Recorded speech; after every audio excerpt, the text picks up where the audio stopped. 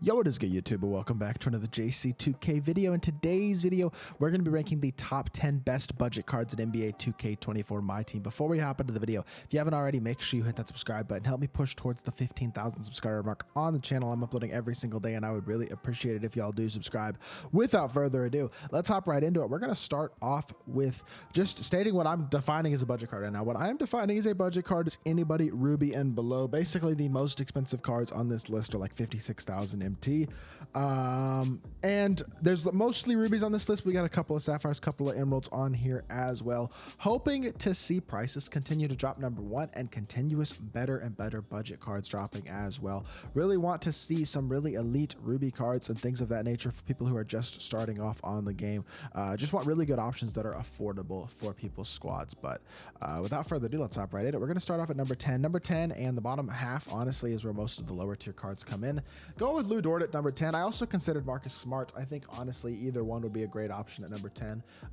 Just really good 3-and-D shooting guards, both undersized and only 6'4". Don't have great speed. They're very similar statistically, actually. Neither of them are great, super fast or super great shooters, but they're both very versatile defenders. Lou Dort is a great defensive card. He has the D-book dribble style, which is one of the best dribble styles in the game as well. Release is good. Normal leaner. He's a really, really nice defensive card with a great dribble style, who does a lot of good things at the shooting guard position, shoots the ball pretty well, and just is a very solid all-around card. Pretty athletic as well, 85 driving dunk and bronze posterizer. I mean, he's a pretty good card, and I think he's a decent option at the shooting guard position. Jordan Walsh is a mainstay on these lists. He was one of the best budget cards in the game, really one of the best small forwards in the game when he first came out, and is still a very viable card. I mean, he's got a good release, he's got good speed, can shoot the three pretty well, and he's defensively, he's nice and well-rounded, holds his own on the defensive end as well. He's one of the best limited, or like, not limited, salary cap players in the entire game. While I'm not 100% sure that he is the most elite small forward in the world anymore for your actual main lineup, he is a very, very solid card still, and a guy who really holds it down at a very high level still. Even, especially if you're a newer player, have a lower overall team, and just, I think he's, I don't know. I think he's a very good 3-and-D card, and just will get the job done at a very, very high level still, despite being a bit of a, you could say, outdated card, but I don't know if I'd even really say that, to be completely honest. I think he's still a very good option as a 3-and-D. Another guy who is a very good option as an all-around budget shooting guard is this Eddie Jones. I like this card a lot at the shooting guard position because he's got pretty good size, got decent speed, good shooter, decent dunker, and a decent defender. Pretty well-rounded, has bronze handles for days, challenger and clamps, as well as silver glove and pick dodger. Got some okay all-around badges. He's decently athletic.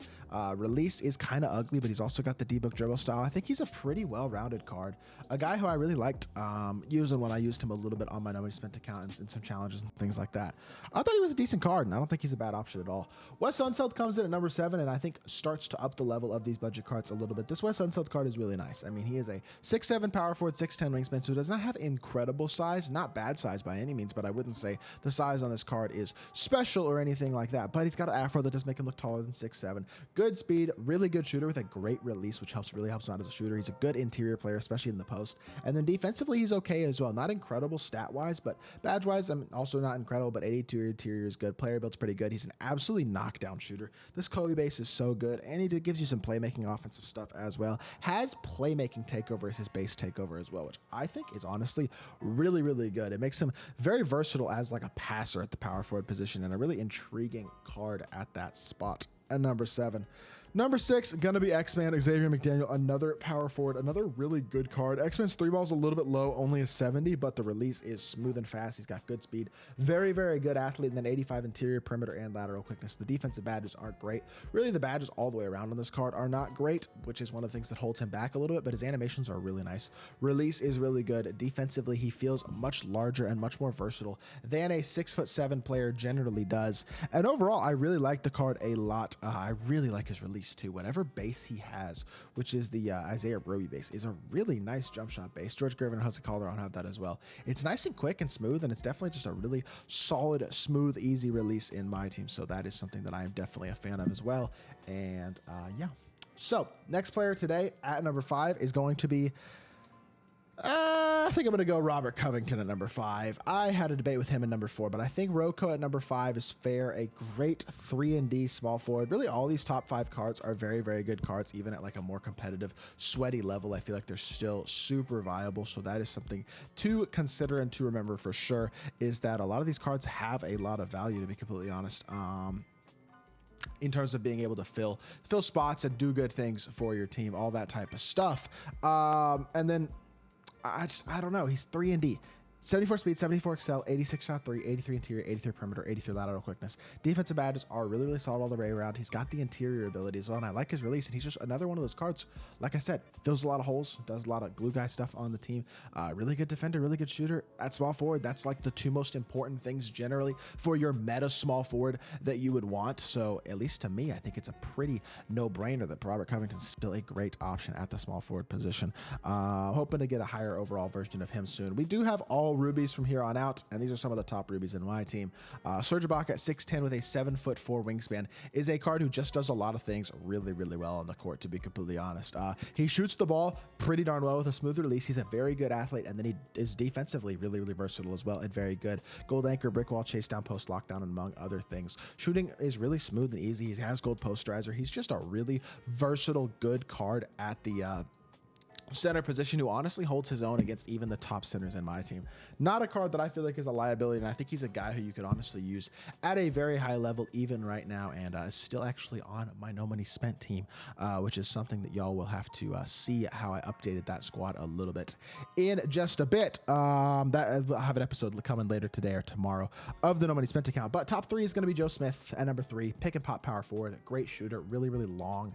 Not the most incredible stats or badges, although 72 speed excel is the same as Anthony Davis. Good shooter, great dunker, defensively nothing special, but good interior player, really good release. A D-Rob base, Al Horford upper is phenomenal, and he is a 6'10" power forward, has really, really good size as well. So amazing release and amazing player build, really helps this card out a lot, and I think he's an awesome option as the number 3 spot on this list. Number 2, I am going to go to Baron Davis. I actually have 2 point guards as the top 2. This Baron Davis card is really, really nice as well. He is one of the best in terms of all-around point guards in the game, just able to do it all in terms of having good speed, being a capable shooter, although he's not incredible. His release is good. He's a very good dunker, 85 driving dunk, and then defensively, he's really good on the perimeter as well, with gold challenger, glove interceptor, and pick dodger, silver clamps.